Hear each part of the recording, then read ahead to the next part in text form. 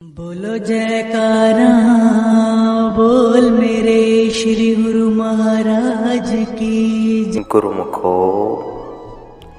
संत फरमाते हैं, परम संत श्री कबीर साहिब जी कथन करते हैं, कहे कबीर तजिए वरम को नन्ना हवे के पीव तेजे अहम गुरु चरण गहु जम से बाचे जीव। अर्थात जो सब भ्रम त्याग कर और अहम भाव से रहित होकर नन्हे बालक के न्याय सर्व ईश्वर समर्पित कर एक प्रभु चरणों की ओट लेता है, वह निर्भय होकर विचरण करता है, काल भी उसका कुछ नहीं बिगाड़ सकता। दृष्टांत यह है कि गुरु द्रोणाचार्य जी कौरवों और पांडवों को धनुर्विद्या में पारंगत कर रहे थे। एक दिन उन्होंने एक वृक्ष की शाखा पर एक लकड़ी की चिड़िया टांग दी और सर्वप्रथम दुर्योधन को बुलाकर कहा कि इसकी आंख पर निशाना साधो। दुर्योधन जब निशाना लगाने लगा तो द्रोणाचार्य जी ने पूछा कि तुम्हें क्या दिखाई दे रहा है। उसने कहा, गुरुदेव मुझे आसमान, पेड़ पत्ते, शाखाएं और चिड़िया सभी दिखाई दे रहे हैं। गुरुदेव ने उसे एक और जाने का संकेत कर पुनः युधिष्ठिर को बुलाकर निशाना साधने को कहा। युधिष्ठिर जी से भी पूछा गया कि इन्हें क्या दिखाई दे रहा है।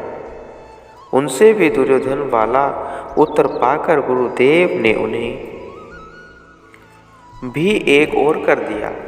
इस प्रकार बारी बारी से सभी को बुलाकर उनसे निराशाजनक उत्तर पाकर गुरुदेव ने अंत में अर्जुन को आगे आने का संकेत किया। अर्जुन जब तीर कमान उठाकर निशाना साधने लगा तो गुरुदेव ने उससे भी पूछा कि अर्जुन तुम्हें सामने क्या दिखाई दे रहा है। अर्जुन ने कहा कि मुझे गुरुदेव की आज्ञा अनुसार केवल चिड़िया की आंख दिखाई दे रही है, जिसमें तीर लगाना है, उसके अतिरिक्त कुछ भी दृष्टिगोचर नहीं हो रहा।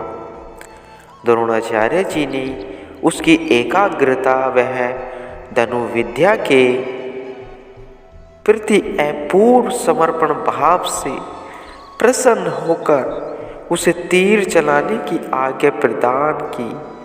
जब अर्जुन ने तीर चलाया तो वह सीधा चिड़िया की आंख में जाकर लगा। जो अहम भाव से रहित होकर अपनी सुरती को सब ओर से समेट कर शब्द में लगाते हैं, उन्हें शब्द के सिवा किसी दूसरी चीज में रस नहीं आता है। गुरुमुखो उनकी सुरती मुकम्मल ठिकाने पर पहुंचकर परम आनंद में लीन हो जाती है।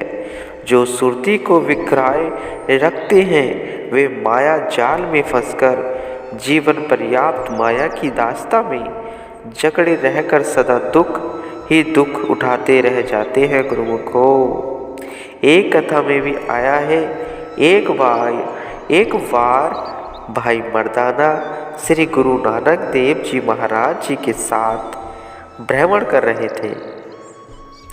रास्ते में एक बहुत सुंदर शहर देखकर उन्होंने श्री गुरु महाराज जी से विनती की, यदि आपकी आज्ञा हो तो मैं इस शहर को अंदर जाकर देख आऊं। श्री गुरु महाराज जी तो अंतर्यामी थे।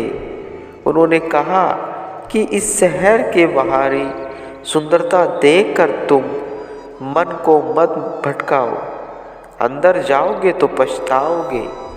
लेकिन भाई मर्दाना मन के भुलावे में आकर बार बार विनय करने लगे कि बस थोड़ी ही देर में चक्कर लगाकर आ जाऊंगा, आप एक बार आज्ञा देवे। भाई मर्दाना की प्रबल इच्छा देखकर श्री गुरु महाराज जी ने फरमाया कि अगर तुम्हारी ख्याल दृढ़ है तो भले ही चले जाओ। भाई मर्दाना ने जैसे ही उस जादू नगरी में प्रवेश किया तो जादूगरों ने उनके गले में धागा बांधकर उन्हें मेमना बनाकर अपने पास में बांध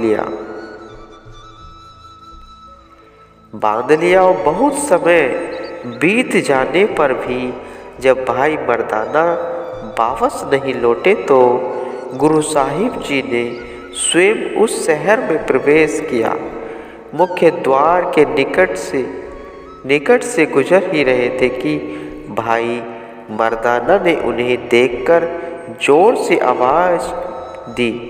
गुरु साहिब जी ने उन्हें पहचान कर उनके गले का धागा खोलकर उन्हें जादूगरों के बंधन से मुक्त कर मेमने से